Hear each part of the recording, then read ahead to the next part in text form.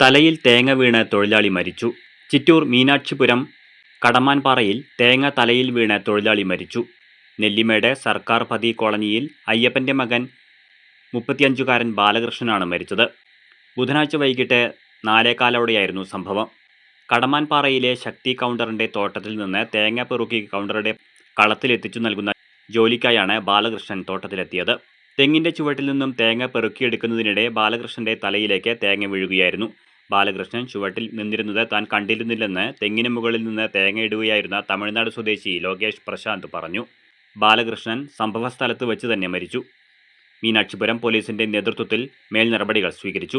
വർഷങ്ങളായി ട്രാക്ടർ ഓടിക്കുന്നതിനോടൊപ്പം മീനാക്ഷിപുരത്തെ വിവിധ തോട്ടങ്ങളിൽ തേങ്ങ പെറുക്കുന്ന ജോലിയും ബാലകൃഷ്ണൻ ചെയ്തു വരുന്നുണ്ട്. മക്കൾ മഹാലിംഗം, കവിത.